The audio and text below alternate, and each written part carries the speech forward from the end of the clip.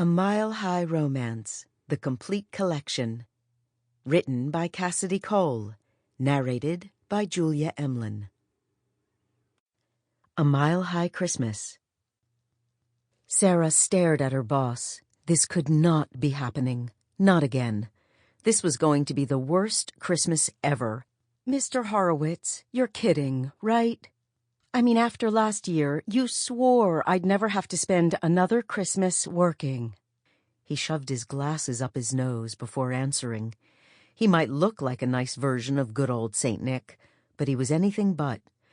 I'm sorry, Sarah. Orders are orders, and you're our best forensic accountant. The Paris office is in bad shape, and we need to know before the new year just how much their accounting shenanigans cost us. We're filing an 8K on the 2nd, and Mr. Corrigan wants to know as much as possible before then. Well, maybe Corrigan should fly his butt to Paris instead of spending a cozy holiday in his ski chalet in Vale, while I slave over his accounts receivables.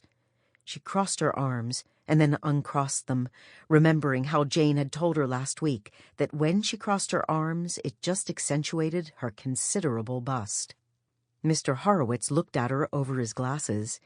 He didn't need to say anything. She knew that look. It was the "you just made an inappropriate comment that anyone of good breeding would refrain from making" look. She rolled her eyes. Sarah was good at what she did, the best, but she stuck out like a peacock in a pig pen in the tonified offices of Corrigan, Inc. Or maybe more like a pig in the midst of peacocks. Her skirts were always a little too tight, her heels a little too high, her blouses a little too low. She was too opinionated, too open with her feelings, too everything. She'd busted her ass to get where she was, but no amount of effort could completely hide her trailer park roots. And honestly, she was sick of trying. She was who she was, and she couldn't change that. For starters, she wasn't built like all the skinny white women who filled the halls of CI. She had curves, the kind of curves that look good in Playboy, but were never seen in the boardroom of a Fortune 500 company. No matter how many meals she skipped, she'd never look like them. And who wanted to starve themselves like that anyway? She liked having flesh on her bones, thank you very much. It certainly made sitting through unending monotonous meetings easier. At 25, she was also still trying to find her place in this corporate world, which included learning how to use words that made her sound fancy, instead of calling a spade and a dick a dick. Of course, that's exactly what Tyler Corrigan was, a grade A dick. Who cared if he had GQ looks and a smile that made her instantly wet? He was an entitled, modified ass. An entitled, modified ass that was responsible for her spending yet another holiday away from home. Something her secretary mom, with her 9-to-5 job, was never going to understand. Sarah was going to hear about this for the next 6 months. Unfortunately, her mom didn't understand that you couldn't just say no, not to Tyler Corrigan.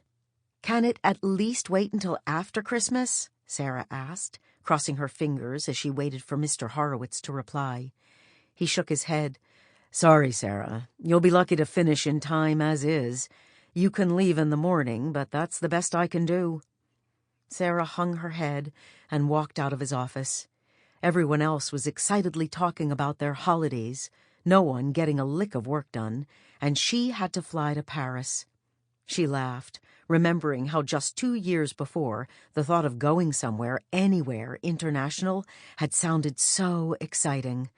Yeah, well, she'd learned her lesson last Christmas when they sent her to Singapore 2 days before Christmas. She'd worked 16 hours a day for 2 weeks straight and then flown home. All she'd seen of Singapore was her hotel room and the shoebox-sized office they'd shoved her into. Sarah trudged back to her desk. This sucked. It sucked so friggin' bad she didn't even know what to say. She called corporate travel to book her ticket. At least you could fly business class and skip the crying babies and one-time flyers with all their Christmas gifts shoved into the overhead bins. That was one small blessing. Except it turned out that when you try to fly to Paris on the 23rd of December, all the business class seats are sold out, which meant either taking an economy seat, which would leave her tired. Sample complete. Ready to continue?